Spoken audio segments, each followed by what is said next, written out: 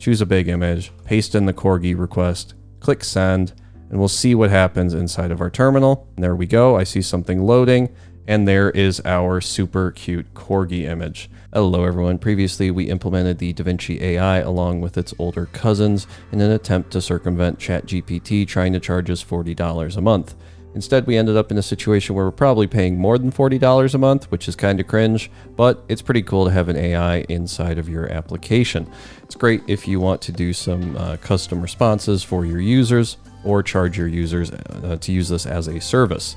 Now, of course, the words are fine, but images are cooler, and some would argue they're worth a little bit more than the words. And you can see here that the max resolution for a DALL-E image is going to be not quite as much as the words. So who knows who said that an image is worth 1,000 words? Doesn't seem to be the case, but what do I know? So today we're going to be trying to implement DALL-E. We did this by once again asking ChatGPT how to do it. It came back to us, and then one of the responses actually got flagged, and I had to escalate it, and it turned into a whole thing. But aside from that, it was a, well, I mean, it was another experience. Every day is an experience with these AIs. So for this video, we're going to be referencing the Davinci AI video, just using that same code base. I'll have a link to the repository in the video description. I'll also cover what we did in it, so you don't have to go watch that other video if you don't want to, because it's only like 5 or 6 things. But we should probably go ahead and get started. So to get started, you're going to clone this GitHub repository. In my case, I have no project here, but I still have the video from last time. So what I'll do is a cp-r of the video, and I will clone this into images/video, just like this. Now I will cd into images/video, and this is just the repository you'd get if you cloned it. So we're going to go ahead and open this up in VS Code. I already had it open here, so we can get started. Now, the first thing you're going to want to do if you're in here and you haven't, done this before, if you clone someone else's repository, your credentials and your master key are going to be useless. So you're going to want to delete the master key file, delete the credentials.yaml file. And then at this point, we can once again do a editor equals, and then you can either choose between VS Code or Nano. If you want to do VS Code, it's just code space dot space dash dash wait, and then end quotes, or you can just do a Nano, which is what I'm going to do. And then we can do a Rails credentials : edit. If you do this in VS Code, it won't save until you actually exit out of the VS Code window. It won't save on a Control S. At this point, you can come over to beta.openai.com/account/API-keys. I'll have a link to this in the video description as well. And then you can click create a new key. It'll give you a key. You have to copy it. As soon as you click OK, you'll never see this key again. So make sure you put it in a smart place. And then we need to match whatever we typed last time for our API keys. And to do that, we can come into our app controllers, pages controller, and we can see right here inside of the set API key before action. Let me hit Control+. We are grabbing the credentials.openai and then :API key. So we need it to be OpenAI :API key. So we can type OpenAI : hit enter, do 2 spaces, and then API _key : and then you can paste in your key. It'll look just like that. We can now hit Control-O, enter, and Control-X to exit out of here, or you can just close your VS Code window, and then you should be good to go. So that matches this API key. Now, what we did last time was we had some AI request parameters, and then we ran a request job to run the actual request in the background. We're going to do something similar here, where we create another job. We're going to call this one, I don't know, we'll call this a Rails G job for AI image job, I guess. We'll just run that. So that'll create another job for us inside of app/jobs, which is this AI request job right here, or this AI image job. So we'll come into the image job, we'll double click it. We'll then come into the AI request job, and we'll just copy everything in this perform. And we'll come over here and we'll just paste this in, because the dirty little secret here is we're pretty much going to be recycling what we did last time, which is nice. It's not entirely reusable, but I mean, it's kind of close. So once we have this, we'll go ahead and we'll save the AI image job for now, and we'll come over to our views, our pages, and our home page. In our home page, we had the form up here for our AI request, and then we had our little output. This time what we'll do is we'll just have another little output. Now you're going to want to make sure you match the div ID, because we're going to be using Turbo, so we don't have to refresh the page. So make sure this div ID matches, and then you have this render partial where your locals are a generated image where we just pass in a empty string initially. So make sure this matches up. And then we have to go create this partial. We'll come over to views/AI, right click new file. And in here, we'll just say _output_image.html.erb because it has to match this name right here. And then inside of this output image directory, or this output image partial, we only really want to check if we have a generated image. And if we do, we want to create an image tag for the generated image with a class of image-fluid. Now the key here is we aren't getting this from active storage. We could store this in active storage. We just did a video on how to like store a canvas image in active storage. You just replace that logic with the image here, but we're getting a URL. So we have to actually like just display that URL as a image tag.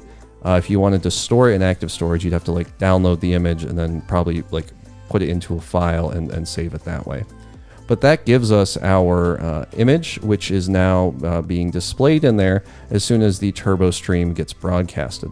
So now we have to come into, I guess, our form, and we have to modify our form a bit. So this is where we have the drop down where we said, select between the various AIs, and we had a couple extra ones that we added for this video.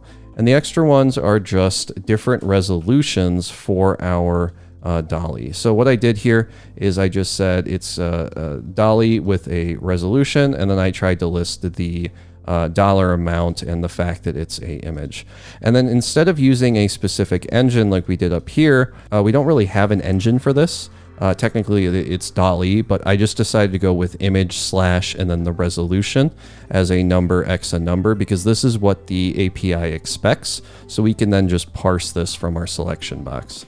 So if we take this, we can now, and this isn't the cleanest implementation by any means, but it's what worked for me in like the 20 minutes I had today. We can then come over to the pages controller, and we can see that we have our AI request parameters. These don't change. That's lovely. But what does change in here is our logic in the AI request itself.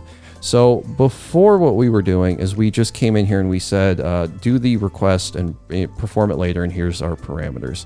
Now what we want to do is we want to do a check where we say, if this is a image request, we want to do a AI image request perform later, and that's coming from GitHub Copilot, that autocomplete. We have another AI helping us out today.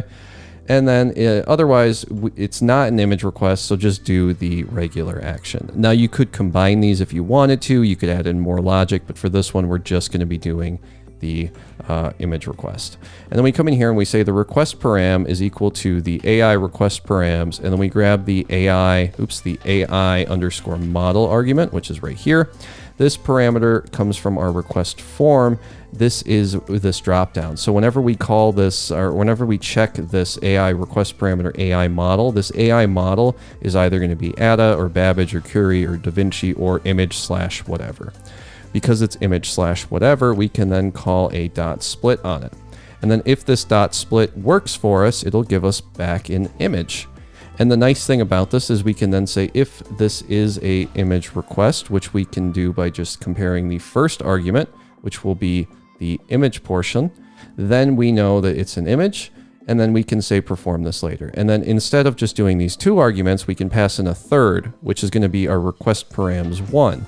And now hopefully you can see what we're doing here. This request params 1 is actually going to be our image resolution is equal to request params 1 if that does exist. So we can come over here and then we can paste this in. So that's sort of what the logic is. Now, if we come over to our AI image job, we can add in a resolution argument, and that allows us to take it in. Now, in terms of the request URL, because there's no specific engines for this one, we don't need to take in the path like this. We can just change this to v1/images/generation and /generations. Sorry. We then leave these the same with the API key. We come down here for our max tokens. That's not an argument anymore. Instead, we need to pass in the resolution. The temperature was it's sort of like how much flexibility the AI got with the text prompts. So if this was a 0, it would try to answer as close to accurate as possible. And if it was a 1, you'd get any kind of random response. We don't really need that here. So instead, we're just going to say, here's your prompt, here's your size or your resolution, and we want one image, because we're being charged per image. That said, we do also want to test this. So we're going to go ahead and copy or comment all of this out to make sure we can at least turbo stream to our image before we start charging ourselves for using the API.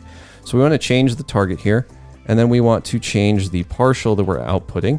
And then we want to change the locals to be a generated image instead of a generated idea. So I'll change it right here in the comment as well. And then we can come down here and we can just stub this out with another image. So we'll say generated image is equal to, and we'll let GitHub Copilot complete something from like Pixum. And we'll come in here and we'll say generate a 256 by 256 image. Or we could do like a 1024 by 1024 if we wanted to. So this will just go to Pixum. It's like a lorem ipsum for images, and grab this, and then it'll send it out to our partial, and then we can take a look. Now I'm not going to cover styling here or anything, but we'll just go with what this gives us. We can now run a bin/dev. It will fail for who knows what reason. It looks like the address is already in use. So let me go ahead and do a ps-aux, see if that works. Looks like it did. Let's come over to localhost port 3000 and refresh the page. So our image is gone. Our Davinci bot's still here. We can say like, hello, Ada, what is a fun fact about Shrek in 10 words? And we can click send on this. It'll send it off, and we'll hopefully get a response. And the way that this works is it tries to complete your sentences. So we say, hello, Ada, what is a fun fact about Shrek in 10 words? And then it continues with or less. The main character is Shrek, the king is Shrek, the queen is Shrek.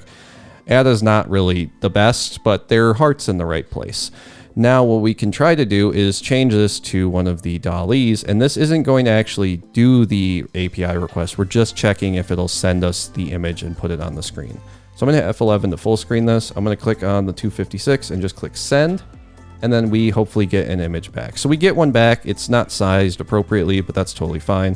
And now what we can do is we can say, all right, maybe we want to size this a bit better. So we come into the output image, and instead of a class of fluid, because we, for some reason, it thought we were using like Bootstrap or whatever, we can then say, let's give this a style of width of 300 pixels and a height of auto, something like that. Come over here, refresh the page. We'll come down to DALL-E again. Make sure that you're not selecting your Davinci, otherwise it'll try to send off an actual request.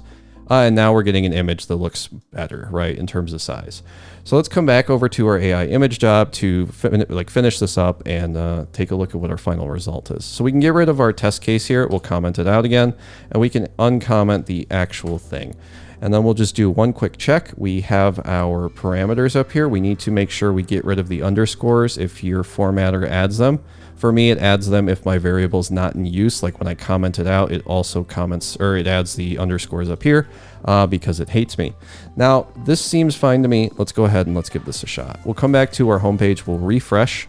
We'll come down here and we'll try to generate a image. We'll say for 512. Well, let's just do 1024. And what I want to generate is a picture of a corgi as an astronaut or something. And we'll send it like this and we'll see what comes back. So I'm going to click send, but I'm also going to clear my console so we can see if it's working. So we get this job, it gets in queued, and then it'll take a couple seconds for something to happen, and then we'll get an error back. So if we scroll up here, we can see that our error is no method undefined for the empty brackets. So let's go ahead and let's take a look at what we have here. What we're getting back here is a JSON response for choices and text here. So this is what Davinci was sending us back, but it's not working anymore. And what we have to do is we have to change this to be a data.first URL. And the way that you can figure out what this looks like is you can do something like, and we're not going to go through this because we do get charged for this, but you can do a puts for the JSON response. That will give you back the actual response. And then if you go into your Rails console, you can play around with this JSON response until you find the right order of stuff to access the URL. So what happens is it gives you back some data with an array, and then inside of that array you have your URL. So you get the data, you call .first, because our number is only one, we're only getting one image, so we can just call first. And then inside of that first element we have a URL, and that URL is our image URL. So now that we have that, we can hopefully backspace out of here, save this, we can grab our corgi, refresh the page, hit enter a bunch of times, come down here, choose a big image, paste in the corgi request, click send, and we'll see what happens inside of our terminal. And there we go. I see something loading, and there is our super cute corgi image. So that is essentially how you set up DALL-E with your image recognition. So now I'm going to give you a little bit of homework should you be interested. I think it would be a fun exercise to have Davinci generate a sentence or generate a response based on a prompt using our AI request job, and then having that response go into a AI image request job. You'll get hit twice with the API, which means it'll be like a, what is this? A 12-cent request and a 2-cent request. So you're looking at 14 cents per request, but you'll get a pretty unique response. So what I'll do is I'll actually open up a new tab here. And what we'll do is we'll just give this a shot. So I want tell me a story about a space astronaut corgi named, and then we'll just allow Davinci to continue this. So we'll click send. Okay, here we go. We got a response back. Gary, he was the first corgi in space, and he was a real fighter. He was a real space dog. And then eventually it just starts saying, I like your dog a whole bunch of times, which is why you do have to cap off the responses. But we'll grab this part of the query right here. We'll come down here and we'll try to generate this space fighting corgi named Gary. And we'll see what DALL-E thinks of this Gary prompt. So we'll hit send. I'll exit out of here and just see to check the terminal. And we'll see, there we go. We got Gary. Gary looks fantastic. There you go. I think that's a pretty cool use case. Definitely needs some tuning, of course. But hopefully this is interesting. Hopefully this was helpful. And hopefully I will see you in the next video.